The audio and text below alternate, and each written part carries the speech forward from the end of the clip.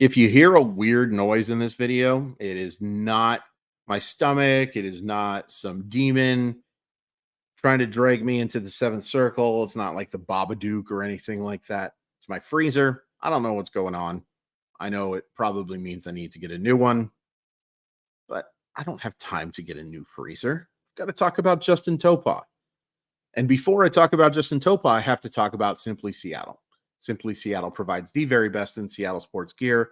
Awesome stuff for those Seahawks, those Mariners, those Kraken, those Storm, Supersonics, Huskies, Cougars, Ballard FC, not FC Ballard. Come on, Chris, get it right. Ballard FC, Tacoma Rainiers. Great stuff. And once you find everything you want, type in code MOLLYWOP15 to save 15% off your order. It's an awesome deal. And I put a link in the description to make it nice and easy for you. Just click on it, then copy paste that code. Bada boom, bada bing. SimplySeattle.com. Cannot recommend them enough. So Justin Topa spent 3 years in the Brewers organization and was nondescript. Nondescript is maybe a little bit of an understatement. Made a total of 17 appearances for them, but joins the Mariners as, somebody we're thinking about as organizational depth, maybe an up and down arm. Comes a whole heck of a lot more than that, and very early on. Give you the numbers: 75 appearances, 69 innings. I should make the joke, but I'm not going to. 61 to 18 strikeout to walk ratio and a 2.61 ERA. And no, 61 strikeouts and 69 innings is not all that nice. I did it. It's not elite. Not even close.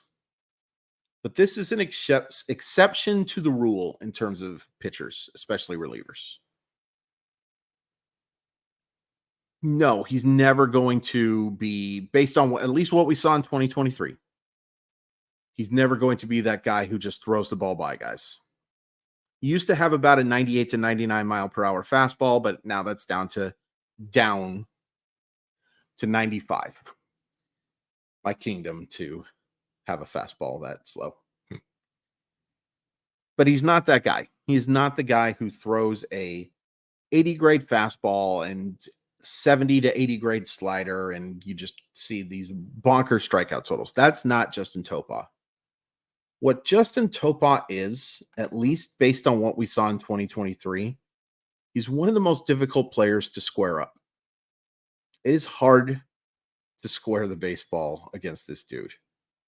And when I say hard, I'm talking about hitters only barreling the baseball 3% of the time. So 3 out of 100 times that they make contact were they able to barrel the baseball. 97th percentile. That's elite. 57.4% ground ball rate. 94th percentile. That's elite. 2.97 expected ERA. That is elite. That's 3 of a very important stats. 3 important stats. I don't know what that word was supposed to be.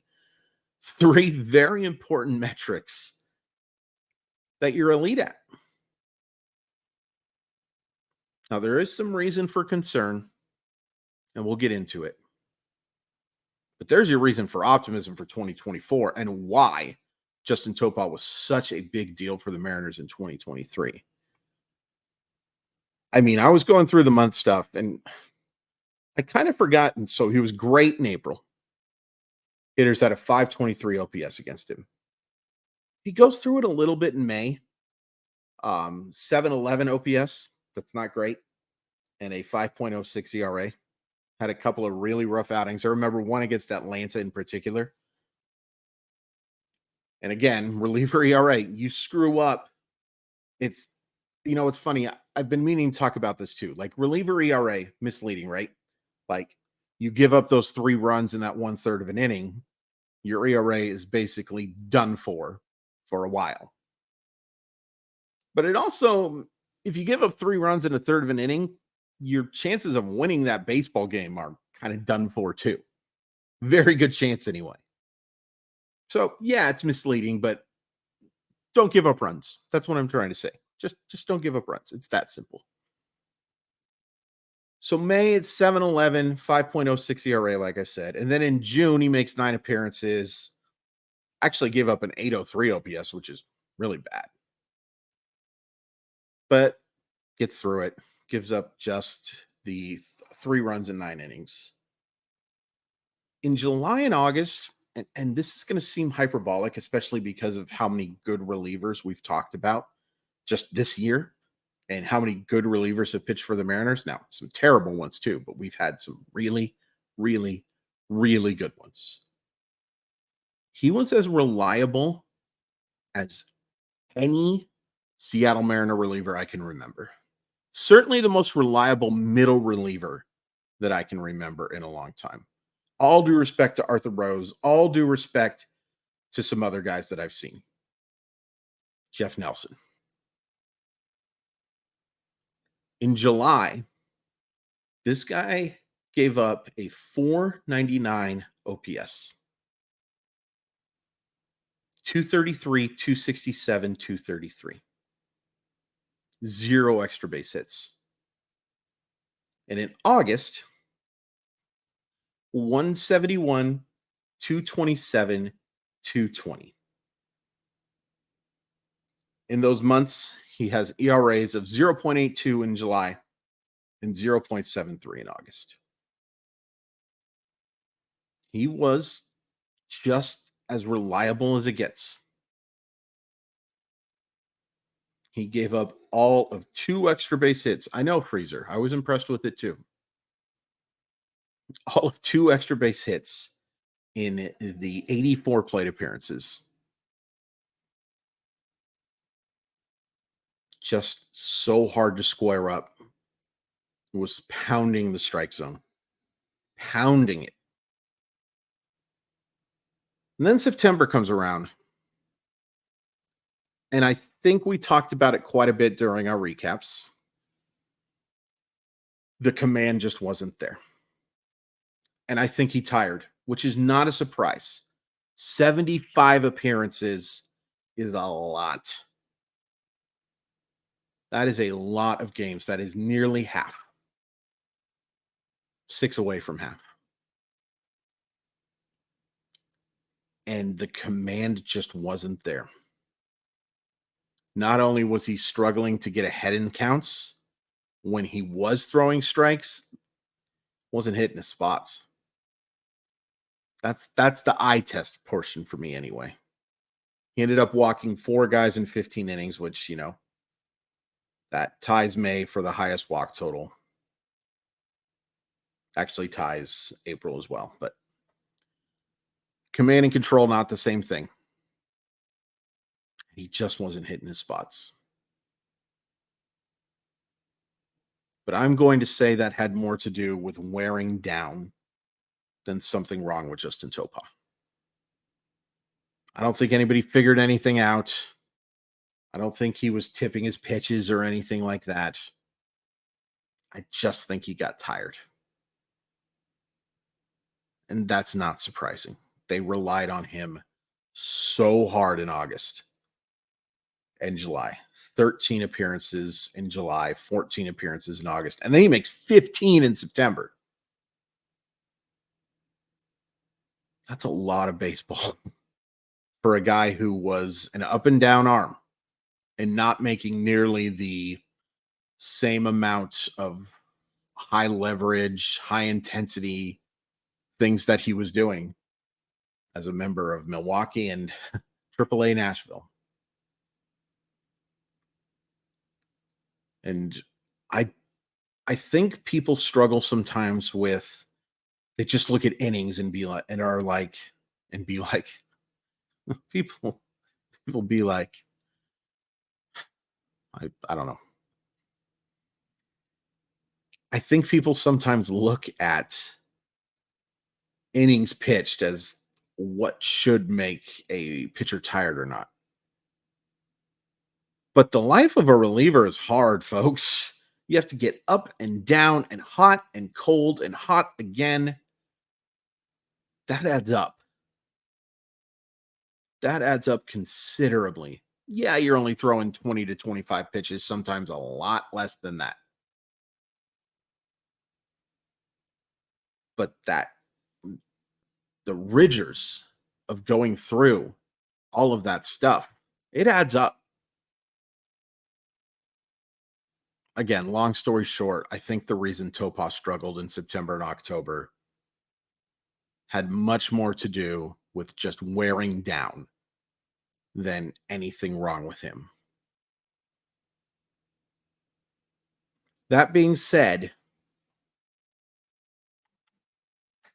it is a little concerning how few bats this guy misses. Strikeout percentage of 21.9, bad. 34th percentile. Doesn't really get fool hitters in terms of like getting them to swing at pitches outside of the strike zone. 26.8%. 24th percentile. Bad. A whiff rate of 19.1. So again, out of 100 times that hitter swung, only 19 times, and then this little tiny thing left over, did they miss. And as a reliever, that does scare me.